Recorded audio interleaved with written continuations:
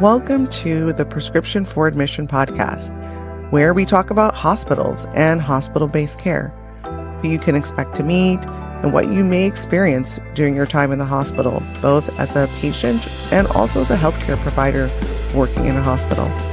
My name is Dr. Monique Nugent. I am a practicing hospitalist and also the author of Prescription for Admission, the book, where I talk about many of the same topics. Thank you for joining me and enjoy the show.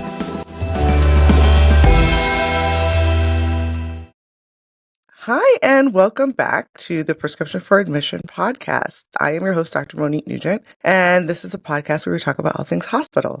And today I am joined by Dr. Tola Johnson. Dr. Johnson is a board-certified emergency medicine physician practicing after residency over 10 years in Southern California, a place I love and lived for a long time and thoroughly missed. And now she's in San Diego, an even better place than I was in residency. So I'm thoroughly jealous. And she's married to another emergency medicine physician.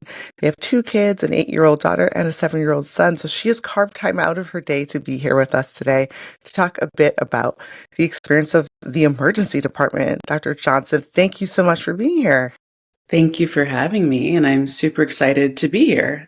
Yeah, so this is an exciting topic because everybody knows the emergency department in a hospital or the emergency room. And I actually, when I talk to people, I say it's not a room, it's a department. They do so many other things, it's a huge specialty. But it's kind of a cornerstone of people's hospital experience.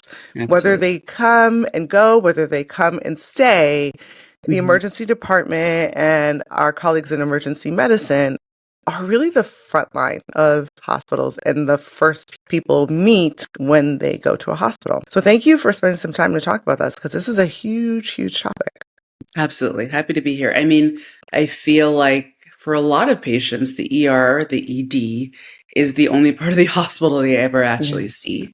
For probably a good 50% or so of the patients who come in through the emergency department, because we don't admit most people. So understanding the role of the ED, what we do there, what we don't do there, our role with the rest of the hospital and the hospitalist and admission is, I think it can be really key. Yeah. So how does one become an emergency medicine physician? What is the career path to emergency medicine? It can take a couple of different pathways. I'll describe mine. I knew from a pretty young age that I was interested in going into healthcare and medicine. I had a lot of family members who were doctors, kind of kept me away from medicine. But, by the time I got to college, I was pretty sure about my path. So in college, I did consider law, journalism, a few other things, but I ended on the pre-med pathway, subsequently went to med school. And then in med school, when you really decide upon your specialty, you are exposed to all the specialties, most of the specialties, I should say. The first 2 years are more didactic. Second 2 years are more experiential. You're actually out doing rotations, and that's when the fun really starts. In meeting people working in emergency medicine throughout med school, even before that, had some friends and neighbors who were ER doctors. I kind of knew that those were my people. There is a culture to every specialty, and that can be regional, that can change. But I think it is not just in America, I think internationally, there's kind of a culture to the people who want to work in the emergency department, a certain personality, one might say. And I kind of clicked with the ER people more than other specialties. I did consider anesthesia. I did consider orthopedic surgery as well.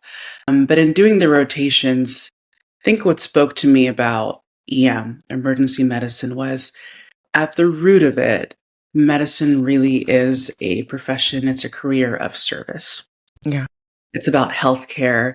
Yes, it's about wellness and trying to bring people back to wellness and using science and data and research to do all that. But the cornerstone really is empathy and sympathy, compassion, and working for others in their most vulnerable time. When people feel unwell and they feel sick, it truly is the most vulnerable time. And it is such a privilege that they trust us, that they come to us in those times. And I think the ER, the ED is the place where people truly are the most vulnerable.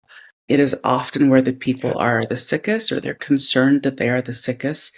They're the most scared, the most baffled about what's going on. So in that setting, in that very vulnerable space, giving care then just always kind of appealed to me. So it always Yeah. spoke to me. And I kind of liked it all. I liked all the different specialties in medicine. I love that working in EM, we do see it all to some extent, depending on where you work, clearly. But I loved procedures. I loved the things with like the blood and the needles and the tubes and the amputations and the trauma. So I really enjoy that, the cardiac emergencies, the neurological emergencies. Mm, But I also really loved working with pregnant patients and kids and the run of the mill, less sexy, less sick patient. I mhm, wanted to be able to manage all of it. And in the ED, you do see it and manage all of it. And I really appreciated that. And that spoke to me as well. And, the ERED, for better or worse, it is the safety net. It can be the safety net. And it's a full topic. You could spend a full hour just talking yeah. about things We'll in and of revisit that, yeah, yeah, but it yeah, is a place for people who don't have resources, who don't have access to care. So really the only place where they can see mhm, a doctor. And for people who do have access to care, given that we have really hard times with primary care, having enough primary care practitioners, they may have a doctor, but they can't see them for 4 weeks, or they're concerned about something going on right now. So it is a safety net. And that was really important and is still really important to me, maybe now more than ever, mhm. working in a setting that is a safety net for all patients, all people, no matter what their background might be. Yeah, you touched on so many great topics, in that. One thing that you said that is very true is that there is a culture to each specialty. Mhm, I'm an internist, and when I worked in the emergency department as a resident or a medical student, the things that I saw my colleagues in emergency medicine like thriving off of drove me batty. Like it was sensory overload. Like I walked in and it was like sights and sounds and smells, and I would have to find like a little corner and be like, okay, this is where I can be because I needed to kind of function very differently. And I think that's a great thing about medicine and people who are considering going to medicine. There's a place for you. Totally. There is a culture for you in each specialty. I guarantee you, you'll get that feeling, like Tola was saying, of like, these are my people. I Right. get it. Like you find a place where you fit in. And you are right that it's not just the ER or sorry, the emergency department that is now becoming a safety net. Hospitals are Mhm, also filling that void where people can't get appointments, people can't get procedures, people socially need a lot of help. mhm, And there's one place that is always open across the United States, and that is the emergency department.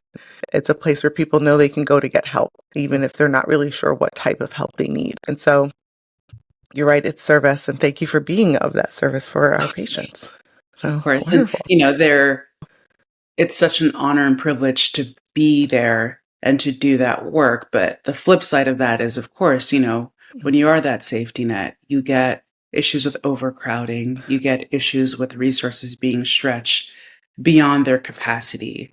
We all know that we are deep in a mental health crisis in this country. Correct. Yeah. We are deep in a substance abuse opioid crisis in this country. And Mhm. mental health and opioids and drug abuse often go hand in hand. And a lot of those patients, I would say the majority of the patients who fit into that, unfortunately, who are struggling with that at some point are in the ER Yeah. looking for help. And it can be really disheartening because there's just not enough resources.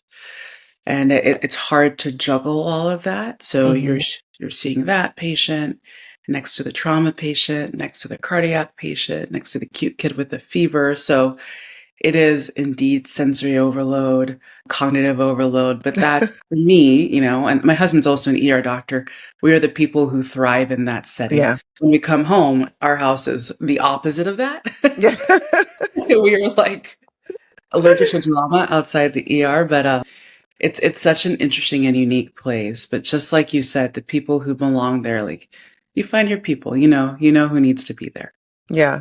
So when someone goes to the emergency department, I think we're all familiar with that really busy waiting room where you kind of see the huddled masses, and there's one or two nurses doing triage.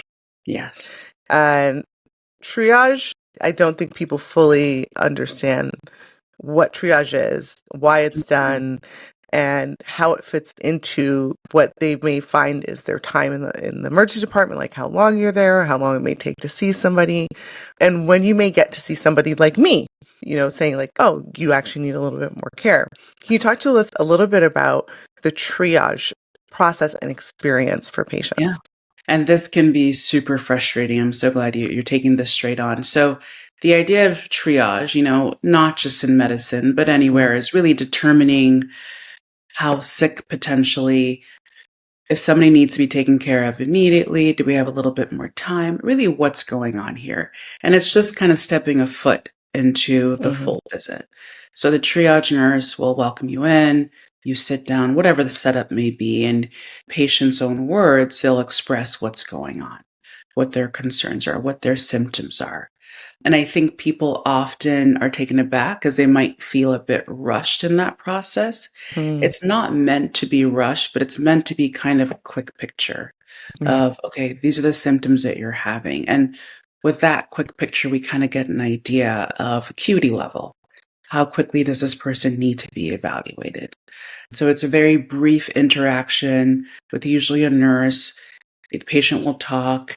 And we usually check their vitals, see what's your blood pressure, your heart rate, your temperature, oxygen saturation are. These are all really important things to know because clearly, mhm, if any of those are off, this is more time sensitive. right, After the triage process, which usually just takes a few minutes, if the triage nurse is very concerned about a patient, given their complaints, given their vitals, they'll often go grab a doctor or go grab their charge nurse or go work on getting that patient back immediately. That is the exception. Those are patients that we're thinking about with potentially strokes or some sort of acute cardiac issue, heart attack, etc. mhm, Really low blood pressure, things that are very unstable. So it's really right, to determine stability. Most patients after triage will be then put back in the waiting room if there's not a bed for them, because often there's not. And I think people don't quite get, they're like, wait, why am I now back in the waiting room? And how long will I be waiting? And so a key part of understanding the ED is, having kind of realistic expectations and knowing how it works. And your question speaks so much to that.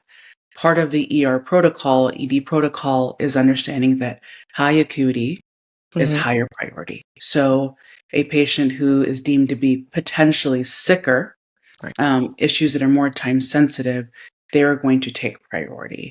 So it's not necessarily first come, first serve. correct, The sicker patients, the more emergent patients will be taken back, will get a bed, will get a room sooner. And those are often the patients that then end up needing to be admitted by the hospice, by the internist.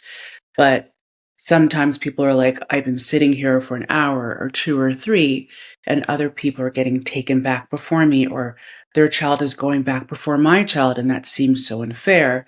So yeah, please understand that that child, that patient has been deemed to have, potentially a more time sensitive, a more emergent, a higher acuity issue. And also on the other side that people don't see, mhm, triage is when you come in through, you bring yourself in.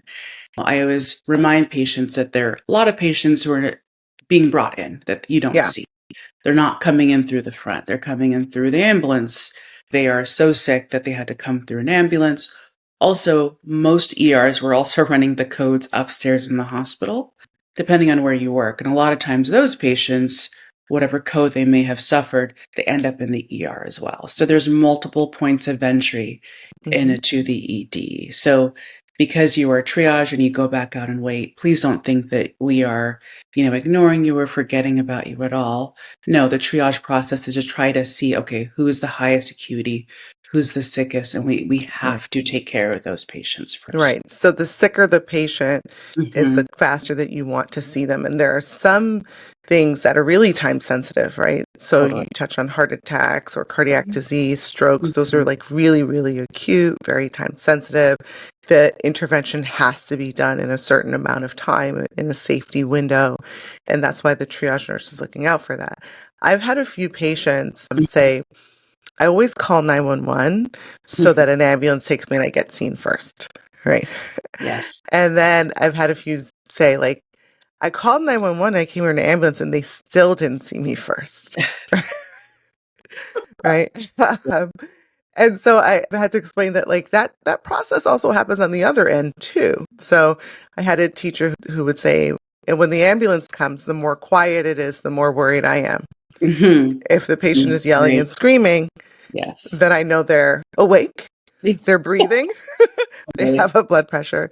But when the Right. ambulance comes and I can't hear the patient, that's when I Mhm. get scared, right? Mm. And so emergency medicine physicians and their team are always doing that triage process, like several times a day, several times an hour in the Mhm. unit or in their head, like which Right. one of these patients is Right. the sickest do I need to go see right away?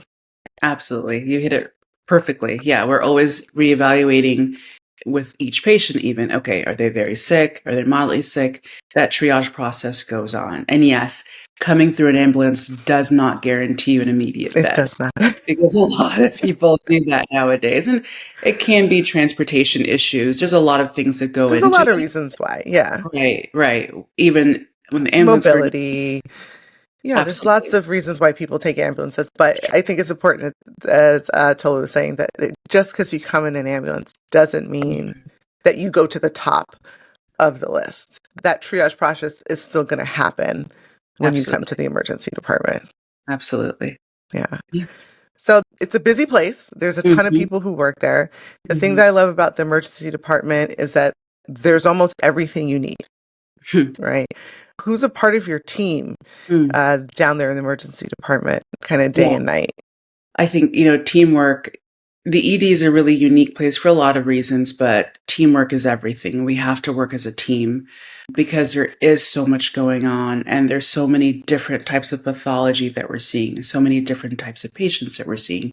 It's undifferentiated chaos is what I always say. So, it's loud, it's bright, patients might be in the hallway, and I know that's never fun for anyone, but our team has many members who are always working towards taking the best care of patients that we can. So you'll have a physician, multiple physicians, depending on where you're going, you might have one attending physician taking care of a patient, or you may have a whole team. If it's Mhm, an academic or a teaching hospital, maybe a med student, a resident physician, a couple resident physicians, an attending physician, a fellow, like training physicians as well. Mid levels are a huge part of mhm, our team at a lot of places as well. By mid-levels, I mean our physician assistants or right, PAs, nurse practitioners or NPs as well. They are also often providing care to patients. And then we have our nursing staff, hugely important in the ED. yeah, And we have our bedside nurses. And we have our charge nurses kind of running everything, watching mhm, the flow. We have float nurses that help. And then we have techs as well, another role that is so important to the ED. So our techs will often be doing our EKGs, doing a lot of our support procedures, like mm, putting on a cast or a splint for somebody who broke an arm or a leg, etc. Helping us if we're doing a laceration, like sewing up a wound, they'll mhm, be helping with that as well. So it is a pretty robust team with multiple different members, but they each have clear roles. mhm, And one thing I'll say is, when you're upstairs, when you're admitted or in an outpatient setting, you tend not to see as many team members coming and going and coming and going. In the ED, you're definitely going to see that. yeah, You're going to see the tech. You're going to see a nurse or multiple nurses. You're going to see multiple physicians because it is shift work. yes, So if a patient stays a certain amount of time and the doctor's mm, shift good point. changes, the nurse shift changes, understand that you might end up switching nurses at some point. You might end up having a new physician at some point. And ideally, what I like to do, I tell my patients that if I'm leaving, if I'm going off shift soon, I'll let them know, hey, my shift is coming to an end. This is where we're at. Check in with them and help them understand this next physician is coming in. They'll be taking over my care. In the perfect world, I'll actually bring that physician to the bedside to kind of make an introduction. But Mhm. I'll be honest, sometimes that just can't happen. But Yeah. I will always let the patient know that I am transitioning their care over to someone else. So patients will see a lot of different team members, see a lot of different people, and that is something to understand about the ED. That is part of ED care for Yeah. sure. Uh, the social safety net is also down there. So there are Mhm. social workers, there are case Absolutely. managers who are really Yes. great at, and you were saying you don't admit everybody, but sometimes home isn't the option for some Mhm. people. They have to go to a different place, and case managers really help with that and Yes. help people get their, the social and medical needs together to be Yes. successful. Physical therapists Absolutely. is another one that Yeah. are down there. So it's like the whole hospital team has just shifted themselves Mhm. to be down there, and the emergency department is great because Yeah. everything that you need is there to Yeah. make quick decisions. And Mhm. then if you're not staying, the focus on helping you be successful to get to the next step is also Right. there. That support is also there to get you the things that you need. Absolutely. And yes, thank you for bringing up case management, social worker. It's huge, hugely important what we do with all these crises that we were discussing earlier. A huge part is giving those social resources. And speaking about the physicians who are, there's those of us who work in the ED, but a lot of consultants, our Mhm. internist, hospitalist colleagues are a huge part of what we do. They're going to be coming down to the ED as well to evaluate a patient for admission. Consultants, our surgical consultants, our trauma consultants, OB, all these other specialty physicians that we call, that we ask to come evaluate patients. That's a huge part of what we do in the ED as well. So, yes, the team is quite expansive. I think part of having realistic expectations for the ED and knowing what to expect, as we've been discussing, Mhm. is kind of touching on what the role of the ED is, Yes. truly, is what the job of the ED physician specifically. Mm. And I think this can also be it can give a sense of frustration as well Mhm. for patients because it's the emergency room. Our job truly is to manage and evaluate and rule out emergencies. And I Mhm. keep on saying emergencies because that is the key word. Right. We are not necessarily meant to diagnose everything. That's really not the role of the ED. It can't be our role. Now, granted, much of the time, we do diagnose what's going on between taking a history, performing a physical, all of our evaluations, laboratory, CT, etc., Mhm. imaging. But that's not really our job. Our job is more to stabilize, manage emergencies, or to rule out emergencies and make sure that people are either safe to go home or say, hey, you need to stay in the hospital to further manage this. And I hear a lot of patients get quite frustrated. You did all this, but you're telling me nothing's going on. You're telling me Yeah. I can go home. That's not it at all. Clearly, something is going on, but our job is not to diagnose everything. That can't be our job. We Mhm. cannot take the place of primary care.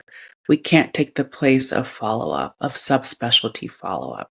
This is not to say that nothing is going on, but this is to say that we've ruled out the emergencies and that you can safely go home. And Mhm. of course, within that, we're going to help you manage your pain, your symptoms, talk about supportive care, take care of your fever, help you understand who your kid needs to see next. All those things are part of ED care, but just to touch on that point, that we can't diagnose everything. We won't diagnose everything. Yeah. And that's unfortunate. I wish we could, but that's just not the role of the ED. And I think it's important to talk about the fact that diagnosis is often a journey, Yes. and it's something else that, like, even on my end, where you may spend 2, 3, 4 days in the hospital with me, Mhm. you may not leave with the diagnosis. There Right. may be specialized labs that have been sent out or procedures that still need to be done, or you leave with a diagnosis, and then you go see your specialist and you look at all of those things and it Mhm. changes again, right? Yeah. And what I tell people, because oftentimes I hear people say like, well, you really need to make sure you don't leave that ER, or you don't leave that hospital without a diagnosis. And I Mhm. push back pretty gently and I say, no, I want you to consider that you don't leave without a plan. Mm. And that plan, be it from the emergency department saying, my plan is to see the cardiologist. My plan is to finish these antibiotics. My plan is to go to physical therapy. My plan is to see my PCP so Right. I can get something else, right? And it's the same kind of thought process at the end of a discharge from a hospital. Mhm. I want you to have a plan. And so sometimes that plan in the emergency department is to spend some time in the hospital. Right. So how do you make that decision? What makes somebody a patient you would say, no, I'm going to give Monique a call. They Yeah. need to come into the hospital because oftentimes I show up at the bedside and I say, hey, I'm Dr. Nugent here to meet you. And they're like, I wanted to go home. What do you mean I need to stay? And Yeah. like to you and I, Yeah. we're like, well, this is a good person to stay in the hospital, but people Right. have different plans. So what Totally. goes on that Mm. would make you say, this patient needs to stay. This patient isn't safe to Yeah. leave. Yeah. I mean, there's kind of, the obvious ones. If it's a life-threatening issue, if there's any kind of instability, and that could be vital signs issues, if the blood pressure is too low, if someone is confused, they're Mhm. not mentating or thinking or speaking or acting the way they usually do, if there's been some sort of acute issue, dysfunction in the brain, the heart, GI tract, etc. Yeah. Those are all things that we can't necessarily fix in the ED. It's going to take a team approach, inpatient approach to get them stabilized and get the patient safe to go home. Yeah. So there's that. And then there's safety from, and you touched on this, some people may not have any kind of acute medical issue that requires any kind of intervention or surgery or medications, but they're just not safe to go home. Yeah. Someone can't take care of themselves. They can't manage what's going on with them from a medical standpoint, from a health standpoint. That person might require a stay in the hospital, and it might be more to stay in the hospital. And you have much more, experience in this than I do to then kind of segue into another type of setting, be it a nursing facility or rehab, etc. But those are the people that I'm thinking about giving my hospice colleagues a call. Mhm. And then anyone who needs acute kind of subspecialty care, anyone who needs a surgery, something operated on, those are all the things that clearly I'm going to be admitting someone for. But then there's a lot of nuanced ones that may come where, if someone just doesn't really feel very well and doesn't have a lot of family support at home, and maybe I think they need to be watched a little bit longer because something happened that brought them in and I can't find the diagnosis or the Mhm. cause of it, but I'm concerned enough that I call my colleague and say, hey, maybe we can watch this person overnight, make sure that they're staying stable, make sure it doesn't happen again. So I may not have kind of an overwhelming abnormality that I've identified, but the story is concerning enough that I'd like to keep them in a setting where we can observe them Mhm. before I can say, okay, you are safe to go home. Yeah. And safe is the key, right? Safety Mhm. is the big, big issue. So Absolutely. sometimes, like actually, my last shift, I had a person who the emergency department asked me to admit. And she said, well, I just came here for a bum knee. Like, I want to leave. I want to go home. I Mhm. said, well, can you walk?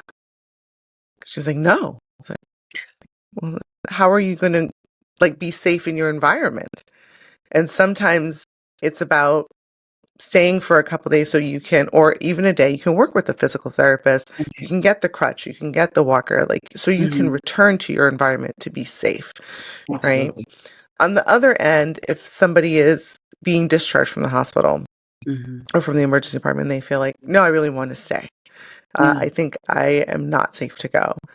How do you suggest people advocate to have, the physician take another look and see if this really is something that would benefit from further care in the hospital? Absolutely. And this happens not all the time, but with some frequency for sure. And, you know, whenever a patient says that to me, after everything's done, I have my evaluation completed, I always go back and speak with the patient and discuss the plan. I'd like to admit you to the hospital, or it looks like you're safe to go home. Mhm. Here's the plan.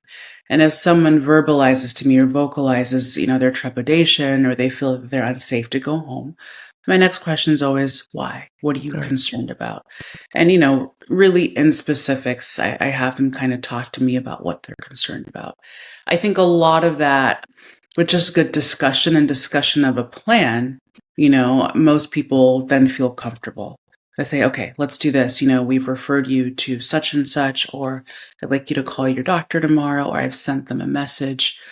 We've done all this testing here. We've ruled out the top 10 things that are really scary, that are really going to Mhm. hurt you. I'll tell you, most patients feel quite comfortable going home. Mhm. But if they don't, and, advocating for oneself as a patient is so hugely Yeah. important. I'm glad you brought that up.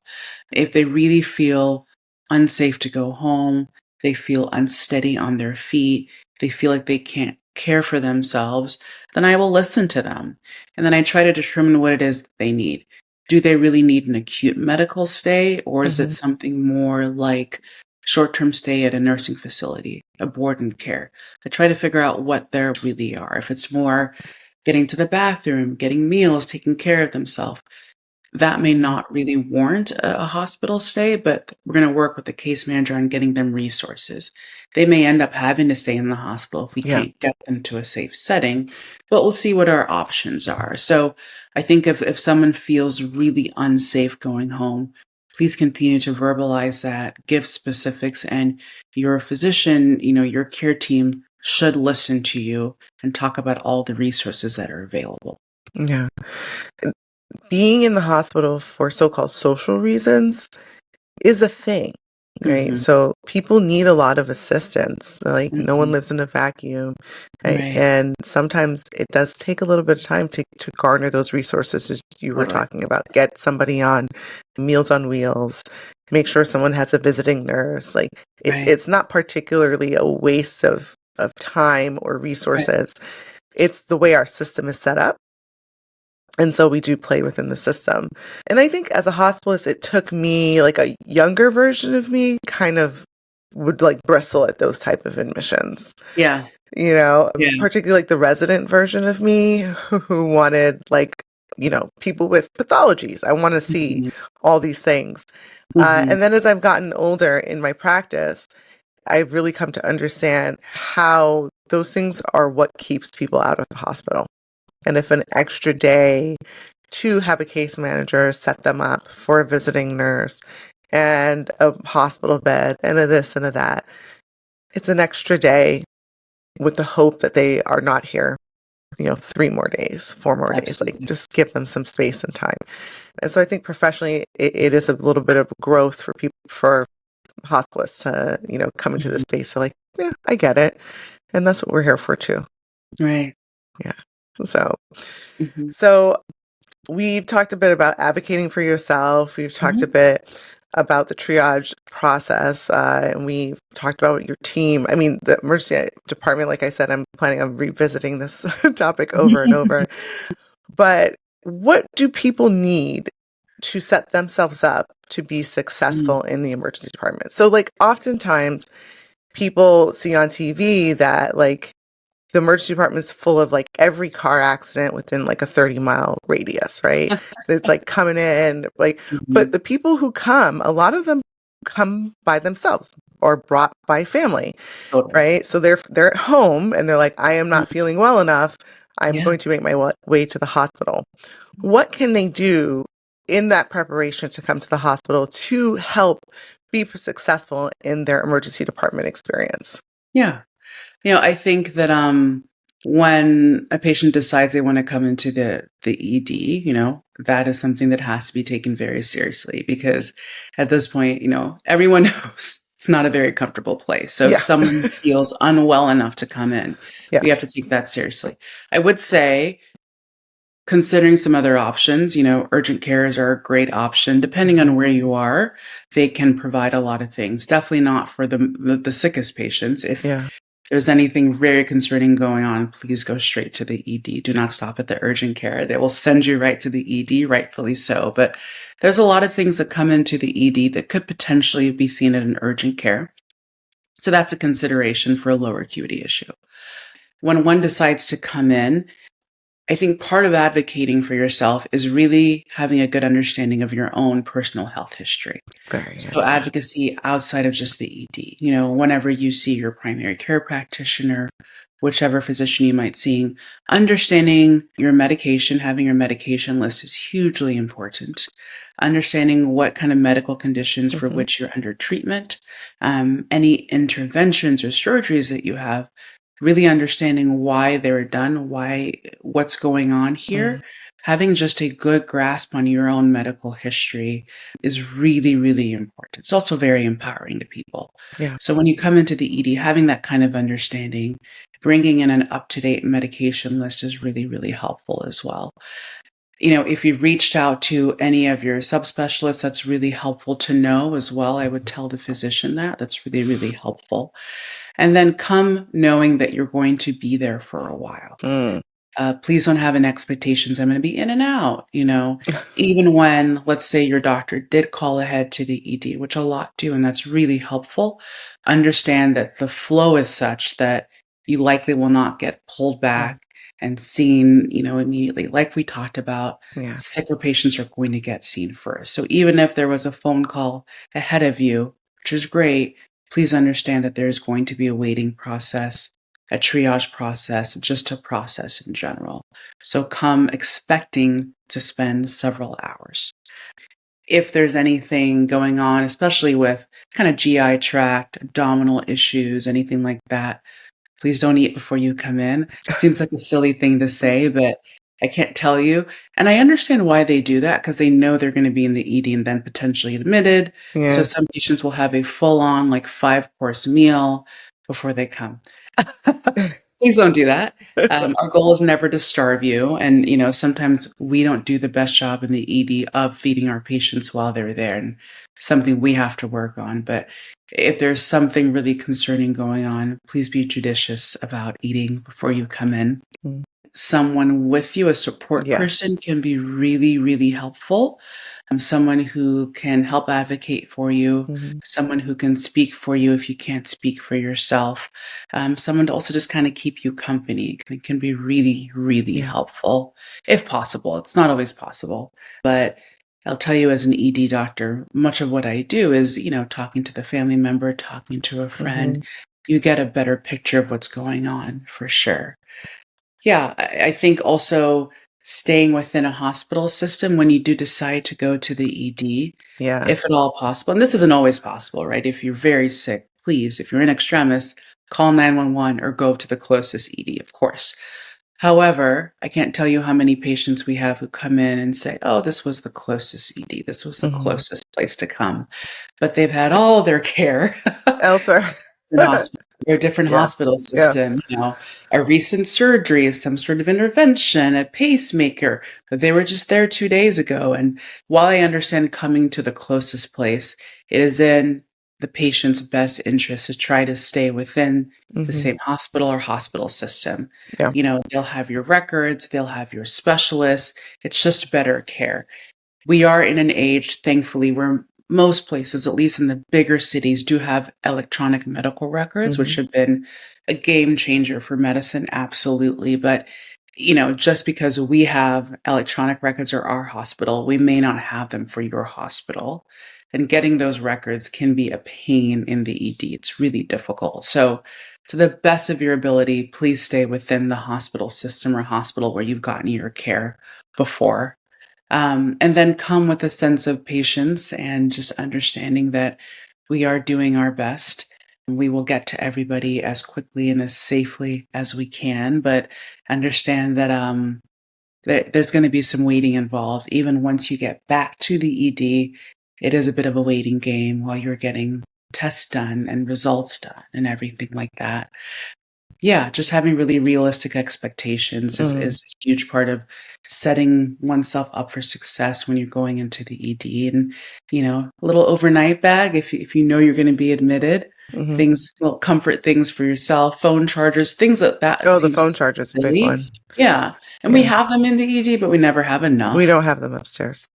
Yeah, so bring your phone charger. Bring your phone charger. They will yeah, they're hard to come by, They're hard to upstairs in the come hospital. by, for sure, for Yeah. sure, and, Yeah, I think those are kind of the important key things for Yeah. people to That's all um, really, really golden. We have a very, very common friend who introduced us, and yeah. she helped me when I was writing my book. I said, like, give me the things you want patients to know. And it was essentially your list. And one of the things she said is, I really want people to know that there is no the record, Hmm. right? Like when people said, like, did you not Yeah. read my record? It's in the record. And you Mm. know, and she's like, there's no record. Like it doesn't follow you. If you're in that system that has seen you, what I tell patients is it builds a story, because your health journey is not just this one experience with me in the hospital, with Dr. Johnson in the emergency department. It's everything that's Mhm. built up, and medicine is really about relatives, right? This kidney function, is Mhm. this relatively normal for you, right? Right. Somebody might live with a creatinine of 1.3, somebody might live with a Mhm. creatinine of like 2.3. Those are two Right. very different things, but like, is it relative for them? And that Mhm. story, the health record, if you're in the same system, it builds your story. And information is safety. And having that medical record, having your medication list is very telling for us as physicians. We can look at it and almost tell you what you're being treated for. Absolutely. And so it's really key. So those are really, really great Mhm. Yeah, takeaways, Dr. Johnson. Thank you so much. of course. So as we're wrapping up, I always like to ask people, medicine is depicted in Hollywood and Mhm. television either really, really well or not well at all. And so if you were to pick a TV show or a movie Mhm. that does a good job of depicting, or a bad job of depicting, Mhm. emergency medicine, which one would you Yeah. pick out? This was a fun one for me to kind of reflect upon, and I talked to my husband about it. I would say, there's a new show called Pit. I The have not Pit. Yeah, I've seen watched like it 4 yet. episodes of it. Yeah, a Yeah. lot of people in the EM community think it's, like, very well done, Hmm. and they did work very closely with a lot of, ER docs actually here in Southern California, so I think the writing is true, but I haven't actually seen that, so I can't speak on that.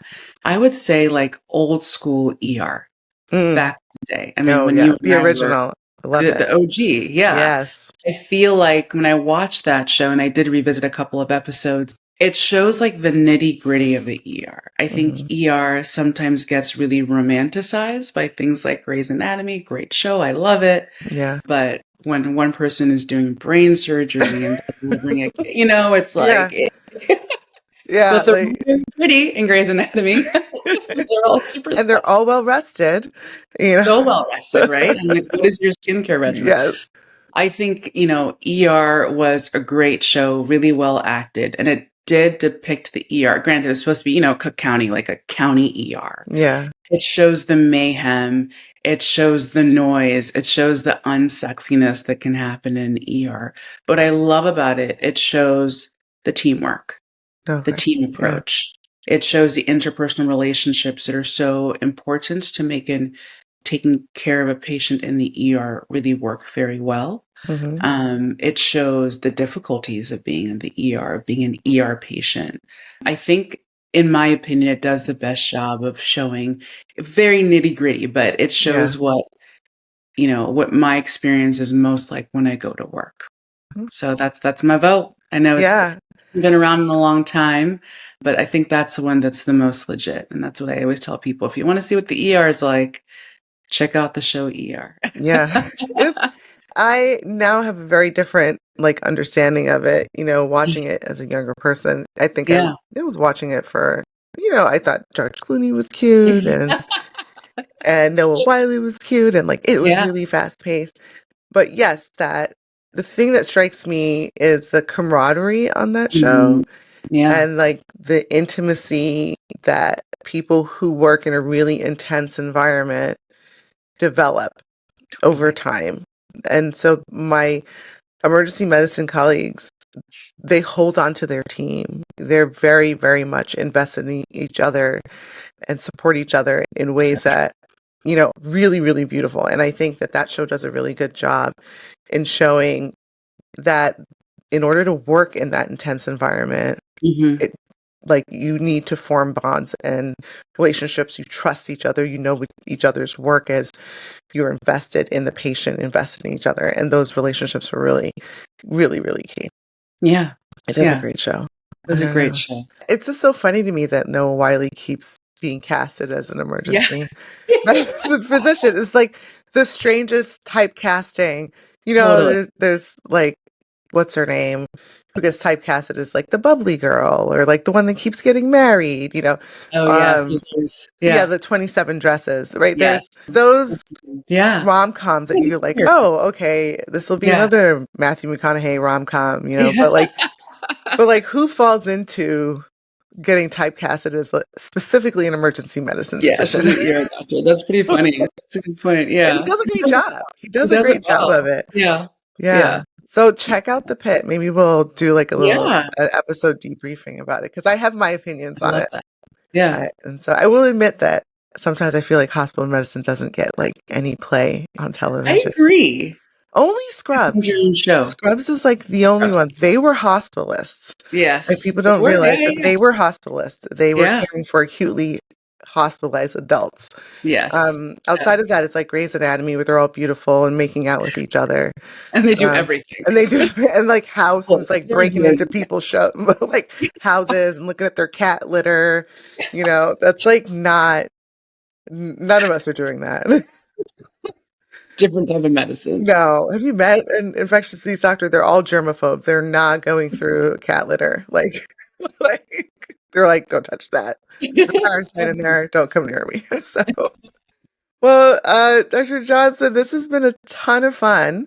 Thank you Thank so much you. for spending some time with me and our listeners. And you've given us some really, really great gems. And I do want people to listen. And I love what you said. Be realistic about your expectations when you come into the emergency department. It's not going to be a great, fun experience. But if you work with your team, advocate for yourself, maybe expect next steps. The thing that should come out of this is a plan and some safety. Make sure that you're safe in the next place that you're going. Absolutely. So, Can I give one quick public health plug? Just because this is on my mind from my last few shifts. E-bikes. Oh, no. Again, you could do a whole episode on this. The advent of e-bikes, e-scooters as well, but really e-bikes. It is so shocking to me, just the sheer amount of pediatric trauma we see from e-bikes. It's not surprising, but definitely motor vehicle accidents are still a higher cause of pediatric traumatic mortality and significant morbidity. But the amount of e-bike accidents I see every shift now, and that can run the gamut from your typical orthopedic, wrist fracture, leg fracture, but we see a lot of significant head injuries, significant skull fractures, head bleeds, cervical spine issues. So e-bikes, please, parents, kids, everybody. It is mostly kind of teens and young adults that I see it in. Please take these seriously. I get it. They're really cool, but please wear protective gear or make sure that your kid has a protective gear. I'll say probably a lot of kids have it and then take it off at some point when they get to school, but it's something that we're seeing a lot more. So please, please, please also make sure that if you're going to use an e-bike, you know how to work it. Good amount of patients come in, they turned it on. And it goes too fast. And it flips back on them. Yeah. So please, everybody, just be careful out there with those e-bikes. You just gave me a great idea for an episode with like you and a pediatrician, and I just want you guys to like list all the things you won't let your kids do.